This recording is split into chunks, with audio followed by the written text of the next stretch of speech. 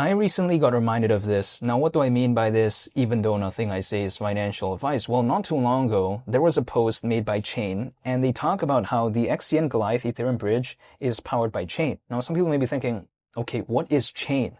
Now, to just give a little bit of a context regarding this, we take a look at not too long ago, Chain, it fully upgraded to ISO 20022. So I think that right there is pretty impressive considering how some other projects out there, like for instance, in the case of Stellar, it does have an aspect of ISO 20022.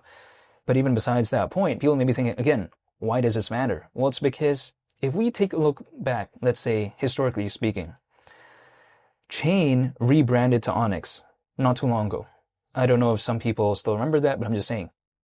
But then if we take a look at it, Onyx, the way it is right now, when we take a look at something like Chain, the entity, right? I feel like they're still trying to kind of hopefully foster a better future when it comes to Onyx, because when I take a look at it again, the XCN Goliath Ethereum bridge is powered by Chain. So Chain, I think, still cares about Onyx, despite if we take a look at Onyx historically, it was Chain, right? But then it rebranded to Onyx. But then if we take a look at Chain, more specifically, I'm not talking about Onyx. Again, I'm more specifically talking about Chain. We saw not too long ago, they fully upgraded to ISO 20022. So if we think about it, again, the XCN Goliath Ethereum bridge is powered by something that recently fully upgraded to ISO 20022. I think that is pretty impressive, actually, in the grand scheme of things.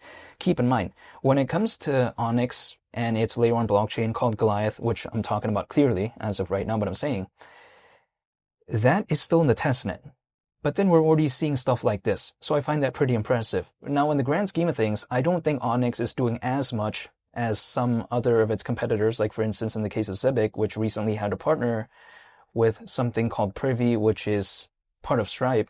And Stripe is pretty impressive, right? I mean, in terms of the popularity, but I'm saying, I still don't find this necessarily such a bad thing in my perspective, because I seem to like the progression as of right now when it comes to Onyx in terms of, again, it's layer 1 blockchain. Now, granted, some people may be thinking, okay, who cares about an Ethereum bridge? Well, let's just think about this, right? Ethereum is literally, I think, one of the most popular layer 1 blockchains out there. I mean, it's very well known. Take a look at just how massive the Ethereum ecosystem is. So having a bridge to Ethereum, why would that be a bad thing? You know, some other projects out there, they kind of don't want to have anything to do with Ethereum, but I wonder why. You know, I mean, literally Ethereum is so massive as a layer 1 blockchain. Now, I cannot speak on anyone's behalf, but I'm just saying, I wonder why some projects don't do that. But yeah, I'm just kind of talking about how I feel right now, but I'm saying, when it comes to something like XCN, people like to say, well, even despite all this, like, who cares? Because they say that XCN is still approximately 48 times lower than 25 cents. I'm clearly aware of that. But at the same time, this stuff right here, I think, kind of builds on the fundamentals of Onyx, right? So yeah, sure, in terms of the price, it's not the best timing, but sometimes a project can't really time that, like, perfectly. Like, how? You know, if let's say I am, you know, a developer or something like that, if I want to launch something, how can I know exactly what's going to happen to the price at that exact moment? Like, sometimes it's not that easy to know, right? How will I know unless I know? You know, unless I'm in that moment, right? But then when we want to launch something, it's usually planned like, you know, months, weeks in advance. So sometimes it's not that easy to kind of know stuff like that. So when people like to say, oh, you know, when Onyx did the testnet of Goliath, like, it wasn't the best timing and all this. Well, yeah, I mean, I get it, but how would they have known the quote-unquote perfect time?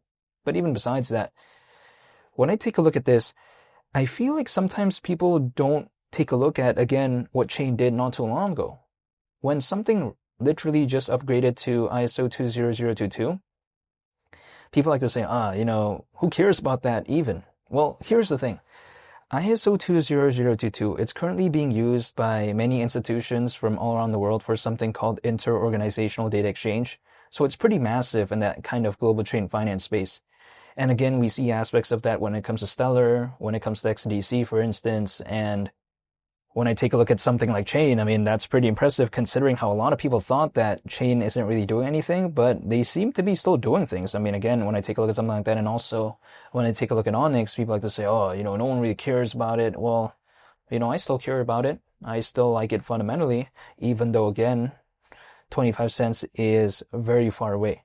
However, if I take a look at it, around a $9 billion market cap, which it hypothetically would have actually considering current circulating supply at the idea of 25 cents. And some of my friends out there, they like to say, well, how could it do that if, let's say, something like Stellar is around, for instance? Well, the thing is, within the space of global trading finance, especially again within this space, there's not like 20 popular options currently in my perspective. Like there's, I think, 7, but I don't think there's 20 or 30. Let me explain why I think this way. Because if we take a look at Stellar, we know it's number 2. We take a look at XDC, it's number 3. Now, number 4, number 5, I mean, it's kind of like a toss-up between XCN or ZBCN, depending on, kind of the moment. But again, it's just kind of a toss-up, right? But then 6 and 7, it's kind of like a toss-up as well between something like XPR and as well as Swiftcoin. That's not more than 10, arguably, in my perspective. So, arguably, again, for maybe if XCN could even maintain that top 5 position within this space, if let's say there was an altcoin season, would around a $9 billion market cap seem too outlandish to me? I don't know about that, because if it could again maintain that top 5 or top 4 position, I don't think it would be such a outlandish thing for me to see, but yeah, who knows? I mean, or should I say such an outlandish thing for me to probably kind of hypothetically think about. But even besides that, when I take a look at Onyx as of right now, I mean, sure, the pullback has been pretty extensive. And when I take a look at something like, Goliath, it's layer 1 blockchain, people like to say, no one's really going to care about it. Well, what happens if they launch the mainnet, let's say, in Q1 of 2026? Especially if, let's say, there was a shift maybe in the altcoin space. Maybe altcoins, hypothetically, did different than right now. Like, would the sentiment be different? Because XCN had that pretty good rally not too long ago, which, in the grand scheme of things, isn't like a month ago or something. I mean, we take a look back kind of in early 2025. When we see that right there, or should I say when we saw that, was this type of stuff happening? Did we see the Goliath testnet? No, we did not. Did we see how the XCN Goliath Ethereum bridge is being powered by Chain? Arguably, I would say no. So then the thing is, if it was able to do all that without the fundamentals I'm seeing right now, what could it maybe hypothetically do if there was an altcoin season? Or maybe if, let's say, Bitcoin went back to like, I don't know, 110 grand or 120 grand or something like that? Could it be a different case?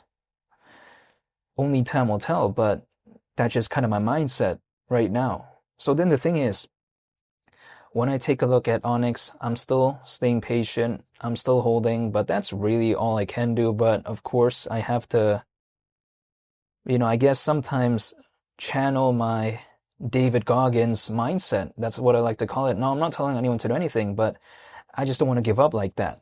That's my point of view. It's kind of like just David Goggins mindset, I guess, personally for me. Now, the thing is, again, I don't necessarily have to. But then I'm just doing it anyways. I'm not telling anyone to do what I'm doing, right? I'm just dollar cost averaging, holding, and just waiting, but I'm staying patient. Because the way you take a look at it is, if I have not finished watching the movie, how will I be able to review the movie?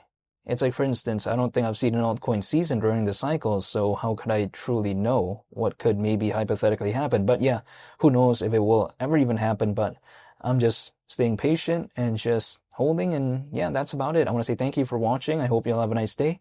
It's only the Captain, and I'll catch you all on the next one. I'm out. Peace. Bye.